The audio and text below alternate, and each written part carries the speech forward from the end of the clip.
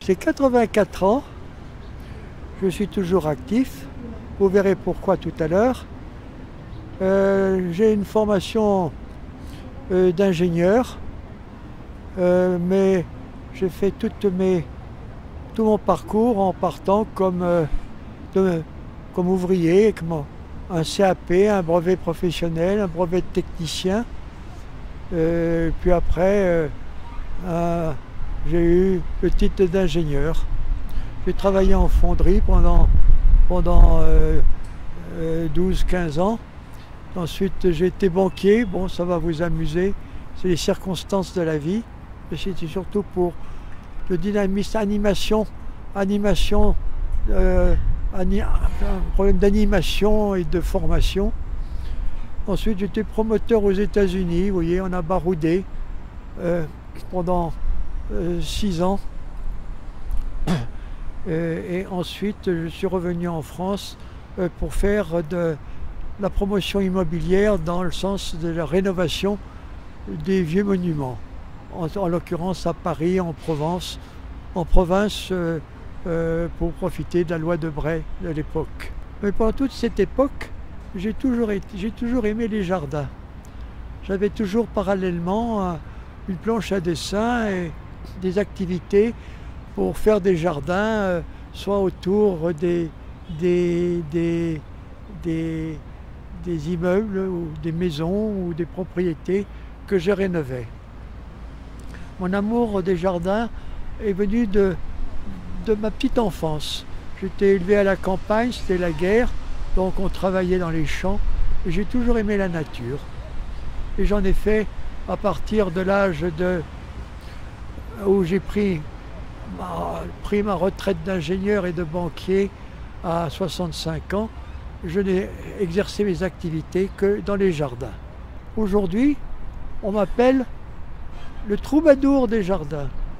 Ça veut dire que je vais de jardin en jardin, de parc en parc. Disons, j'ai le privilège d'aller dans des sites, la plupart sont classés, jardins remarquables, et comme un troubadour, j'habite les propriétés, j'habite les maisons, j'habite les châteaux, je partage la vie avec les propriétaires pour restaurer ou développer leurs parcs et jardins. Pour se lancer dans ce métier, d'abord il faut être très travailleur. Il faut être travailleur, il ne faut pas regarder sa montre pour dire je commence à telle heure, le jour se lève tôt, le jour se lève tard, et quand on aime, il n'y a pas d'heure pour son amour. Donc il faut être passionné et beaucoup travailler.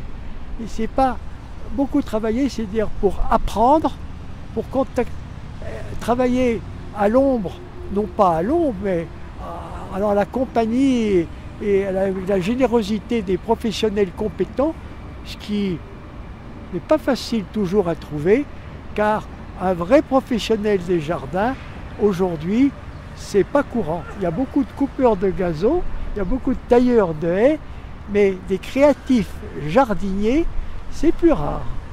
Je suis un autodidacte, j'ai tout appris moi-même. Je l'ai appris en contact, en regardant dans les livres, en visitant énormément de jardins dans beaucoup de pays, beaucoup de pays, et avec humilité, écouter, voir, mais je n'ai pas eu de maître particulier. En dehors de grands maîtres comme René Pécher, qui est un architecte belge, ou comme, bien sûr, quand je cherche un nom, il ne vient pas, et il va venir tout de suite. Il y a un autre belge qui a fait toute cette taille, car je suis un spécialiste de l'artaud-pierre. J'ai écrit un livre il y a 10 ans sur l'artaud-pierre. Si vous le trouvez, prenez-le parce qu'ils sont épuisés. Et je suis un grand amoureux de la sculpture des végétaux, et c'est là où j'ai fait ma réputation. Ensuite, par ailleurs, je suis un spécialiste du buis, à l'origine d'une collection de buis au château du Grand Jardin en Haute-Marne, qui est collection nationale, et ça, c'est magnifique. Plus de 150, 137 vues exactement différents que vous pouvez voir. Allez la voir, allez voir cette collection au Château du Grand Jardin à Joinville en Haute-Marne. Au passage, ça vaut la peine. Et il y a un topiarium, c'est-à-dire une collection de taupières à l'image de ceux de Versailles. C'est quand même unique en France. Voilà. Et tout ça donne beaucoup de bonheur, beaucoup de satisfaction. Comment voulez-vous ne pas quitter tout ça? C'est une vieille maîtresse que l'on aime et qui vous aime.